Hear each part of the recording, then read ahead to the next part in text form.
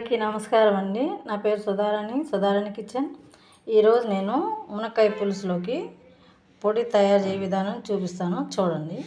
తర్వాత నెక్స్ట్ మునక్కాయ పులుసు కూడా చూపిస్తాను. ఇవన్నీ కట్ చేసి పెట్టుకున్నాను. చింతపండు ఒక నిమ్మకాయ సైజు తీసుకున్నాను. వాటర్ పోసి కడిగేసి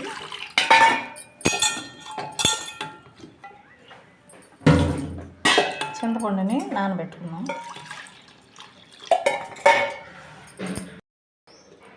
కూరగాయలన్నీ కట్ చేసి పెట్టుకున్నాం కదా, వంకాయ, క్యారెట్, మునక్కాయ, టమాటో, ఉల్లిపాయలు అన్నీ పెద్ద పెద్ద ముక్కలుగా పులుసులోకి ఇలా కట్ చేసి పెట్టుకోవాలన్నమాట. దీనిలోకి ఉప్పు, ఒక అర స్పూన్ పసుపు, ఒక స్పూను కారం, దెబ్బలు అనేది పట్టింది కదా. తర్వాత పులుసు తాలింపు వేసుకొని పులుసు కలిపి పోసుకోవాలన్నమాట. లోపల తాలింపు రెడీ చేసుకొని బాండి ఆయిల్ పెట్టేద్దాము. గిన్నె పెట్టుకొని స్టవ్ మీద ఆయిల్ పోసుకొని తర్వాత పోపు గింజలు వేసుకుందాము. తాలింపు గింజలు ఇది నూనె ఇంకా పోసాను, వేరుశనగకాయలు, నెక్స్ట్ ఆవాలు, అదే తాలింపు గింజలు,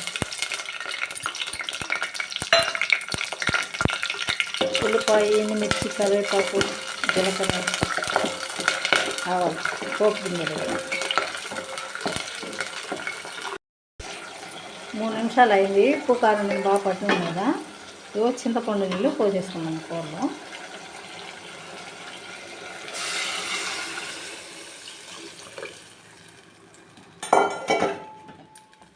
సరే, ఇట్లా కలిపెట్టి మూత పెట్టుకున్నాం. పులుసు కూరలు తాలింపేసి పొడి ఉంటే చాలా ఈజీ అండి. చాలామంది ఎక్కువ పులుసు కూరలు చేతగాక ఇప్పుడు పిల్లలు ఊరక ఫ్రైలు చేసుకొని తింటూ ఉంటారు. అన్నీ కూరగాయలు తినాలి, అప్పుడే ఆరోగ్యంగా ఉంటారు.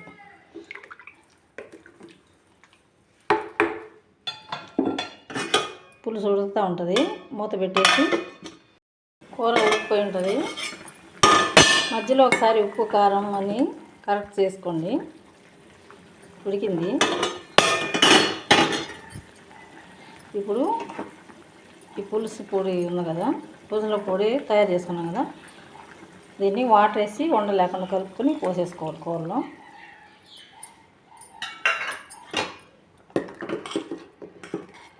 కూర పుల్లగా ఉండకుండా చిక్కదనం వస్తుంది, కూర మంచి టేస్ట్ వస్తుంది అన్నమాట పొడి వేయటం వల్ల. తర్వాత కొంచెం బెల్లం అండ్ కొత్తిమీర,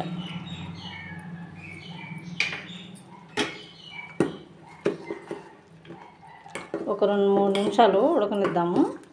కూర చిక్కబడిద్ది, లోపల పులుసు రెడీ అయిపోయినట్టు.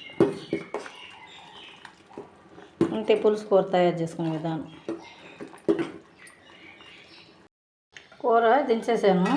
పులుసు తింటే పులుసు కూర తయారు చేసే విధానం. మా వీడియోస్ మీకు నచ్చితే లైక్ చేయండి, షేర్ చేయండి, సబ్స్క్రైబ్ చేసుకోండి. Thank you. ఇది రాగి సంగటిలో కానీ అన్నంలో కానీ చాలా బాగుంటుంది.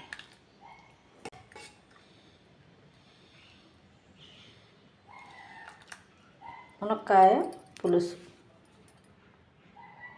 Thank you.